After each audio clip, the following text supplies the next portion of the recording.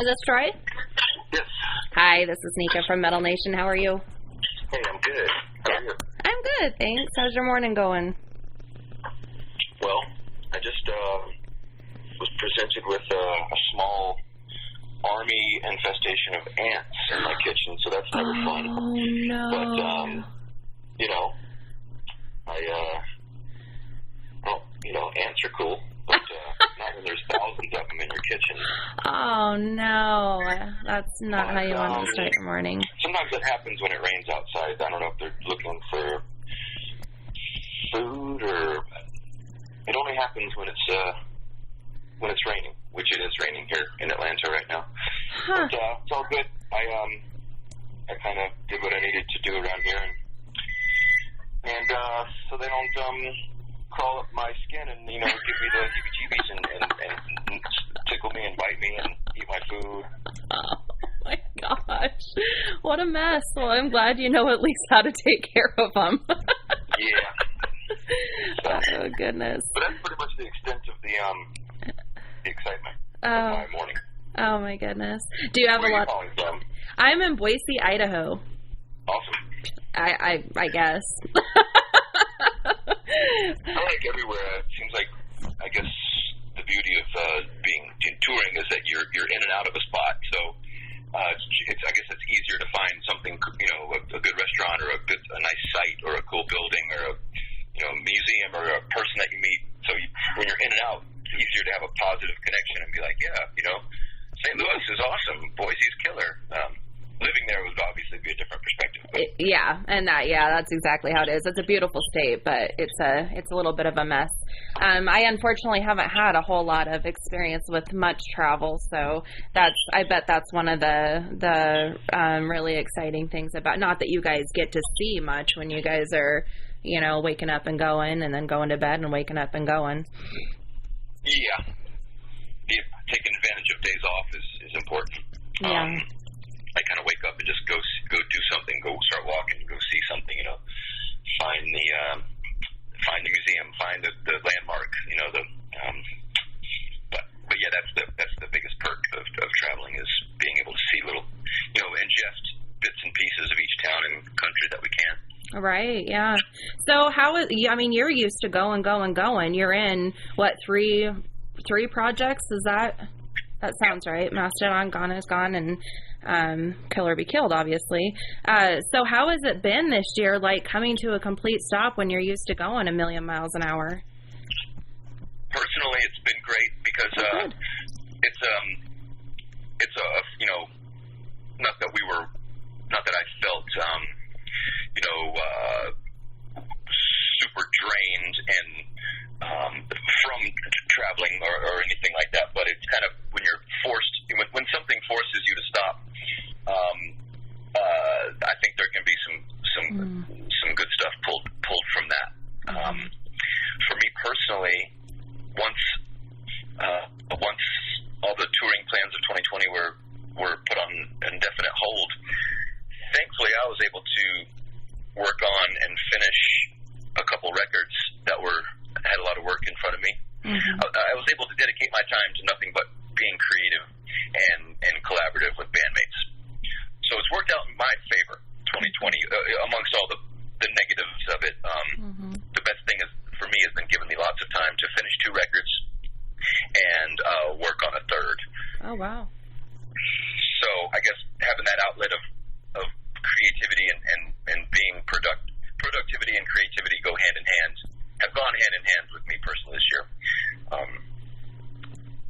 So, I guess if your workload and your income is going to be put on hold, what's the next best thing you can do? Mm-hmm. Is it clean out the shed? Is it paint the walls? Is it finish these books? Is it, take up jogging or, a hobby, a craft, plowing through your chores, to-do list, right? Like, what can be done? So for me and my circle of friends, it was just having the time to be creative and super collaborative. So Oh, that's great. Yeah. I mean, it is definitely all what you make of it. It's funny that you say paint the walls. That's what we did in March when everything kind of shut down. We literally painted every wall in our house.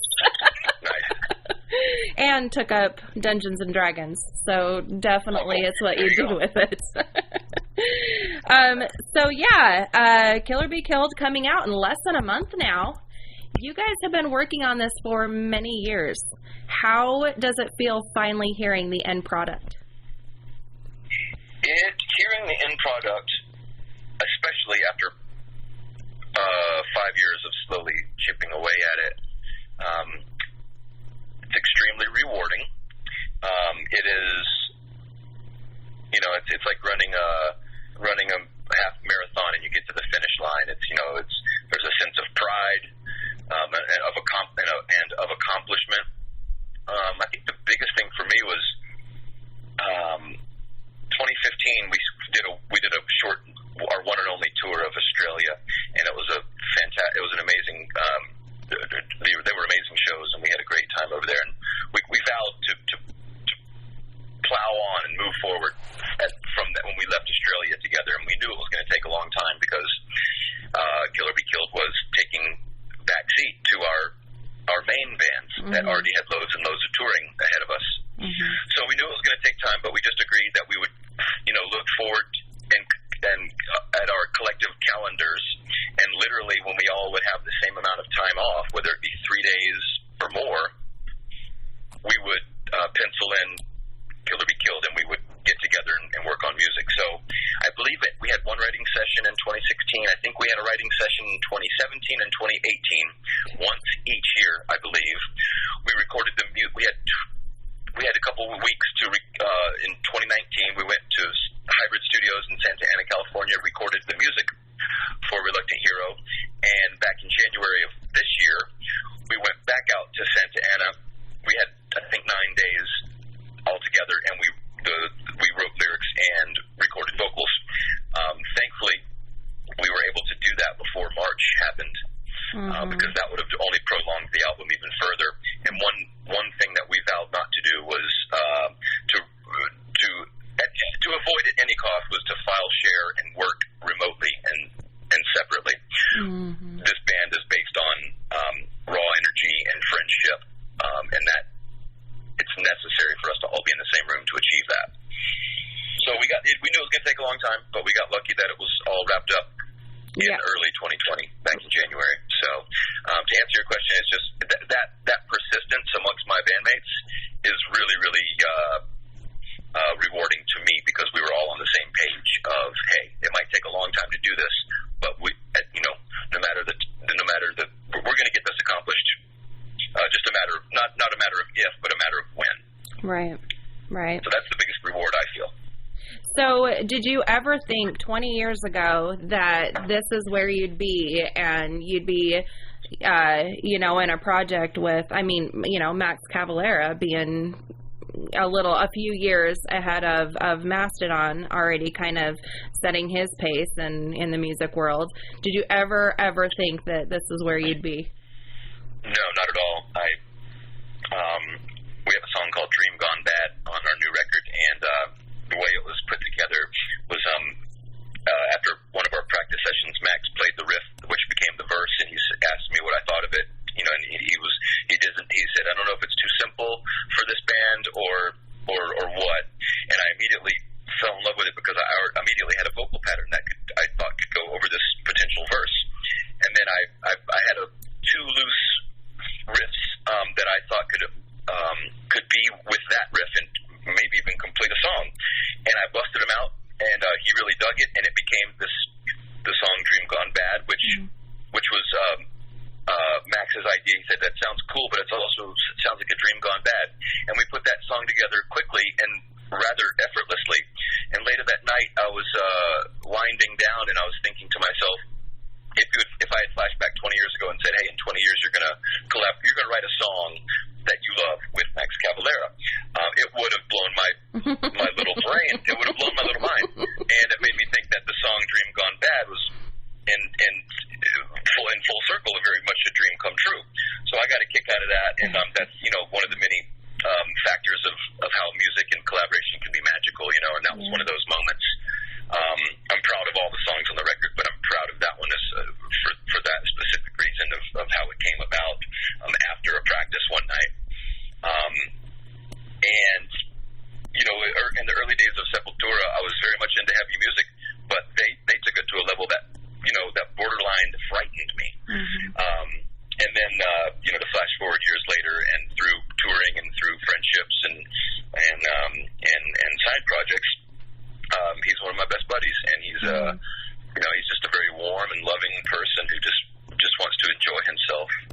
and I'm really glad that all of us are friends. But Max, he's already carved out his own legend and legacy, and to be a part of this with them is it's super great. Yeah, for sure. Yeah, I was talking to Gora from Halfway to Gone the other day, and he was saying when you guys had played with them, obviously a long time ago, he had said to his guitarist Lee, "Man, these guys are going to be huge," and he's like, and you could just tell. And I think you guys were opening for Halfway to Gone, and he goes, it should have been the other way around, because you could just tell that they were going to be something huge.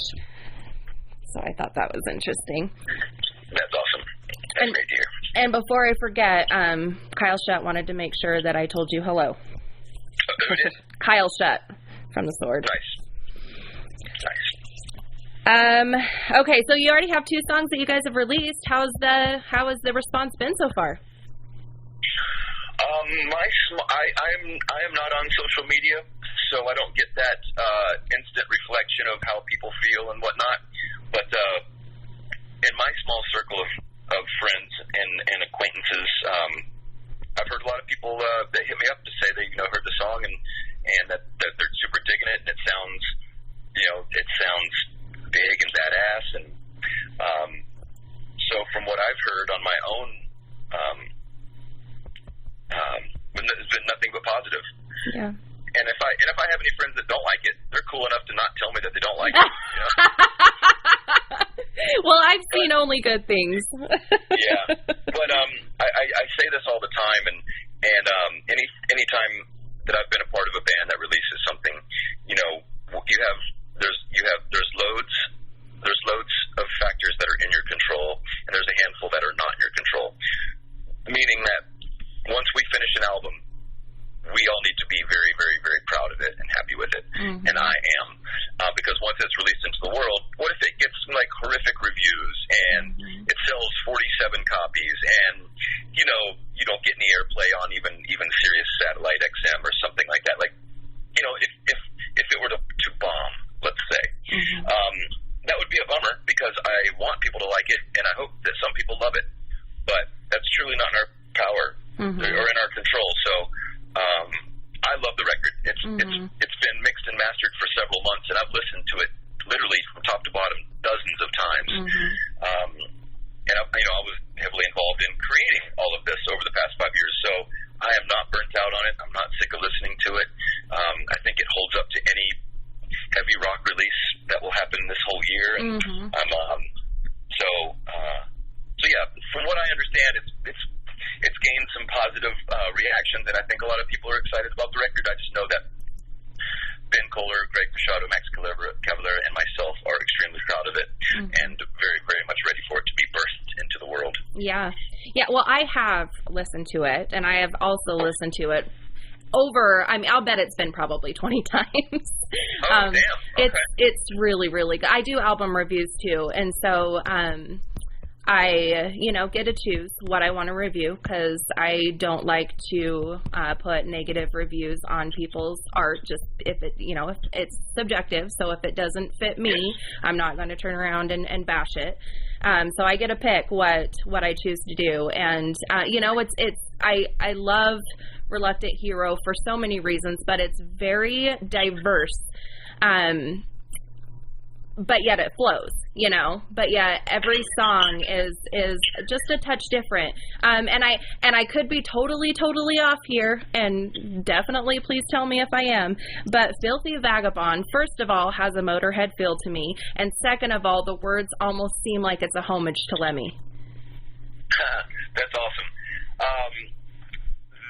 When that song was put together, it reminded us of, we were calling it the Motorhead High on Fire song. Because it's very much Motorhead, and of all the tours that we've done with High on Fire, they are, will be first to say that, that Motorhead's one of their, all-time favorites. And that was the rough working title for Filthy Vagabond. And then when it came together, it had this. We were talking about how the four of us are, our chemistry is unique, and that we found each other through touring, and that's how we befriended one another in the band. And idea of everybody take a verse and just this song is going to be about being a lifer and being a road dog. So we each took a verse and talked about the touring lifestyle, so it wasn't specifically intended on a homage to Lemmy, but unconsciously, I would say absolutely. Yeah. Because he was the epitome of a lifer, and so yeah, that's all for him and everything. That's awesome. So moving down the line, Reluctant Hero. Oh my goodness, that song is so emotional. It's so raw. It's so real. I like how it's not sugar coated. You know, it's very real to how it feels to lose someone. And I know you have unfortunately experienced that in a really, really tough way. So is that one that you have a difficult time getting through, or is that one that's just kind of like a healing song, or how's that song been for you?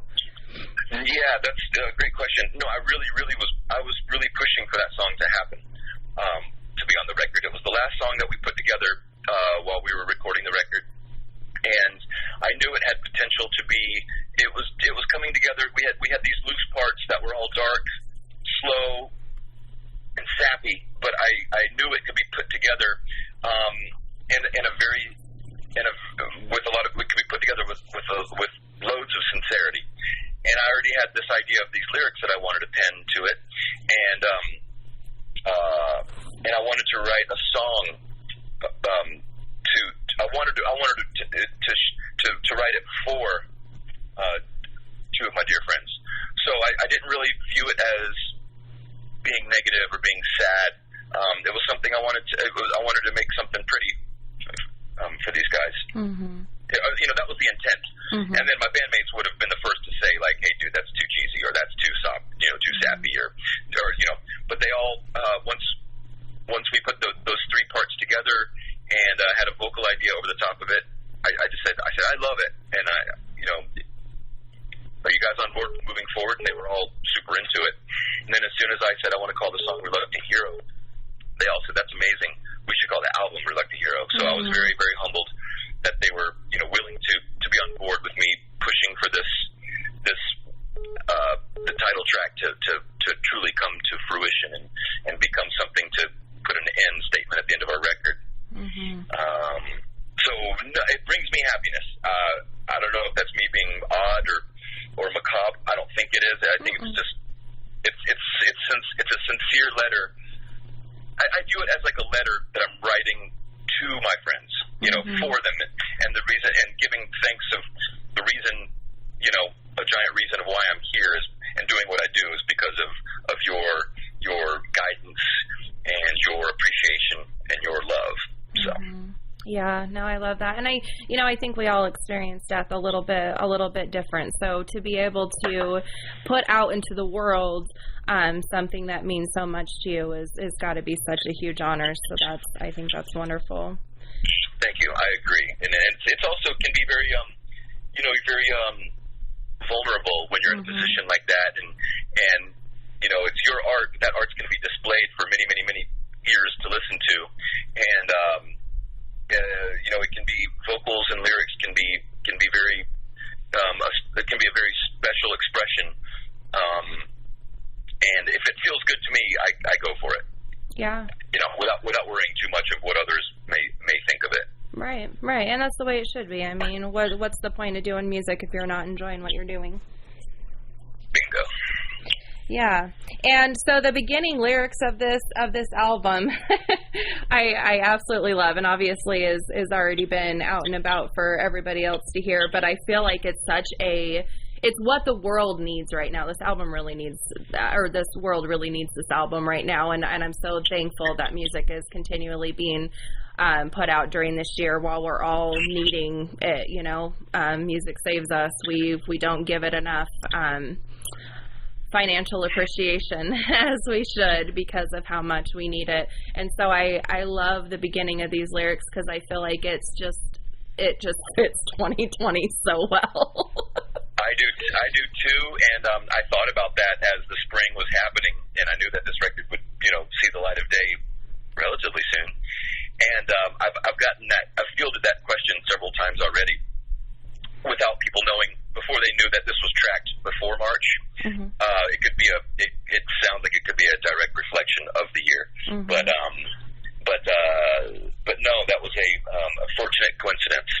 Yeah. Well, and there's a few lyrics throughout the whole album that I just thought, well, that just pretty much, and I think that and I mean, we all go through life struggles, and right now we're just going through a collective struggle, which, is a little bit foreign, I think, well, is not a little bit, is a lot of it foreign to all of us. And so, it's just using, the life difficulties and putting it into something that's going to help a lot of people out. I hope so. Yeah. I like to either bring humor or to either shed light with humor and or music whenever possible. I think everyone can use it. I certainly could, or I certainly can at any given time.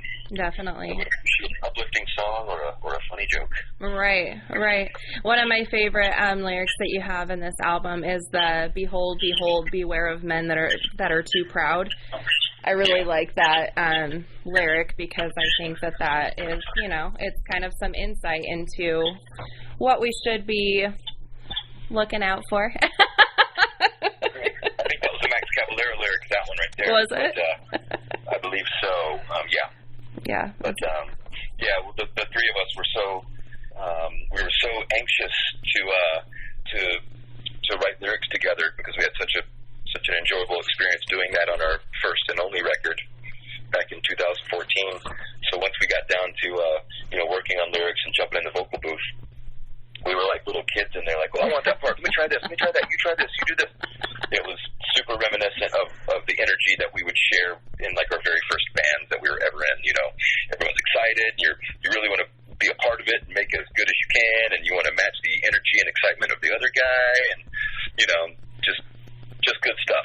Right, yeah, and with you guys having three completely different vocal styles, it's pretty amazing how well you guys were able to, just make that work. It works so fluidly well, and I just never, ever in my life would have thought three entirely different vocalists would be able to come together and just flow so well. Yeah, we didn't either. On the first record, we had never rehearsed or done anything lyrically and vocally until we were in the studio. So the idea was that all three of us would contribute vocals to each and every song. But that formula on paper doesn't necessarily translate to the actual sonic recordings of three different voices. Mm-hmm. Just because these three voices they work and they fit for their own specific entities of bands doesn't mean it's going to work and be super cohesive together. Right. But thankfully, listening back to the first record, we were like, oh, wow, it does work together. Mm-hmm. Okay, good. Although that would have been immediate career suicide had it not worked. Right. So that was the idea for this record, too. Like, we're going to follow the same pattern. We're all going to contribute to each and every song. Yeah, I love it. So are you guys planning on doing any online live shows during this year for this release? We're not planning on it, only because we're all, I know three of the four of us are currently in a recording studio right now or actively recording records with other bands. Mm-hmm. So the idea to everyone stop what you're doing for like a solid 10 days and work on rehearsing a set together and putting the time and energy all into just one live stream type thing doesn't really seem to excite us as much as continuing what we're doing with our other bands at the moment. Mm-hmm. And then actually doing proper shows when the time is right, whether it be this summer, this fall, or whatever. So we would rather wait and do some live shows. That's more where our passion lies. Yeah, absolutely. So yeah, with the state of the world, you guys are obviously used to making money through touring, through merch and all that stuff while you're on tour. What's the best way that people can help, not obviously support the music, but also, help with the financial strains that have come with the music industry in 2020? That's a great question. Touring and merchandise are the two biggest facets of our livelihood or our income. Without the touring stuff, I support if the bands that you enjoy, if they're doing live streams, that helps them generate some type of band income. Mm-hmm. So that's important for those artists that are doing the streams. And if you're willing and able to afford any of their merchandise, that's always helpful as well. Mm-hmm. Those are the first two things that come to my mind, because that's what, over the past 20 years, that's what we've banked on or what we've counted on to contribute to our livelihood. Right. Okay. And so, yeah, obviously this year's been really, really tough on many people. I'm glad that it's been more successful for you. And I think that there are some people that have had positives and like we said, it is what you make it. But with it, with kids, they don't fully understand and can't quite understand what's going on. So I know you have some kids. What are you hoping that they will, learn or get through this type of a year? Yeah, I hope that the end result does bring some type of, not only relief of returning to some type of normalcy, but the idea of that it's not an individual battle. It's really we're all in this together type thing, mm-hmm. which is pretty rare. Or hopefully kids and younger folks or younger people can or will be able to realize that it takes a household to be to do this, and it takes a community for this, and it takes a country for this, and it takes a global participation to try to overcome this. Mm-hmm. So I think it's a great question that I've yet to truly think about, but I hope it brings some type of knowledge that it takes a collective, mm-hmm. And you're just part of a bigger. You're part of the solution, or you mm-hmm. can be part of the solution. Mm-hmm. But ultimately, your tiny part of the solution is extremely important. Mm-hmm. But realizing that you are a portion, of the potential solution, if that makes sense. That's what I was. Yeah, I would hope that would resonate, and I unfortunately doubt it ever will, but only lead to more of like a global, like we're all in this together type attitude. So I hope. Yeah, for sure. No, I agree. It's the ripples in a pond. Just one pebble can do a lot. Yeah, so, exactly. Yeah, absolutely.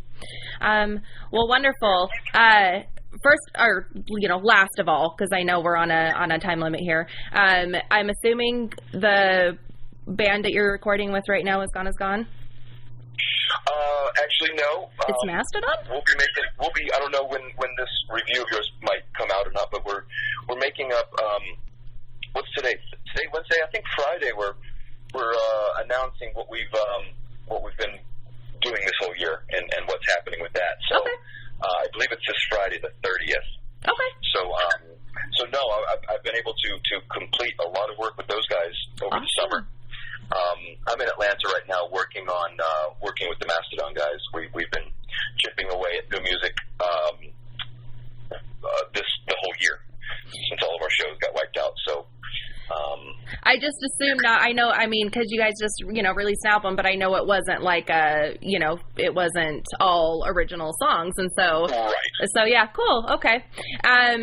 And if you have a quick moment, I wanted to hurry and tell you a really funny story. One of the last Mastodon shows we were at, there was this guy with his girlfriend that was just losing his mind, rocking out, singing every lyric. You could tell he was just a hardcore Mastodon fan, and his girlfriend was just not having it. She kept looking at us and was rolling her eyes and sighing deep, and we are, not those kind of, we enjoy shows. And so we were like, you're making yourself look really dumb. And so that has been an ongoing joke since that, I mean, I've seen you guys quite a few times, but it was the last one at the Revolution. That's been an ongoing joke in our family. I wonder how that poor guy's doing. I hope he dumped that girl. I hope that he still enjoys his life. It could go either way. If she's, hey, you love this artist, I'll go with you, but I'm not going to bring you down or roll my eyes. I'm going to go with you because you love this. Right. But if it's a case of whether it's the guy or the girl, one of them's just not being supportive of something that really brings you joy, mm-hmm. then perhaps you're not cut out to be with one another. Right. Yeah. I'm not saying that just one artist or one concert wouldn't be a make it or break it deal, but that could easily be an example of a bigger issue to come of, just just hang out with me while I love this. Don't Right. give me any negativity towards it. Not 1 ounce of bullshit, please. Right. Yeah, she was not pleasant during that, and I felt really bad for him. But he didn't know. He didn't care. He was having the time of his life. He wasn't letting it affect him. I was like, good for you, buddy. Love it. Awesome. Well, thank you so much for your time, Troy. I hope those pesky ants leave you soon and you're able to enjoy the rest of your day. Yeah, I think we're doing good on the ant front right now. Maybe I'll get a chance to talk to you at some point in 2021 when the new Mastodon record comes out. Yeah, definitely. Always looking forward to it. Thank you. Cool. All right. Take care. Have a good day. You too. Bye-bye. Bye.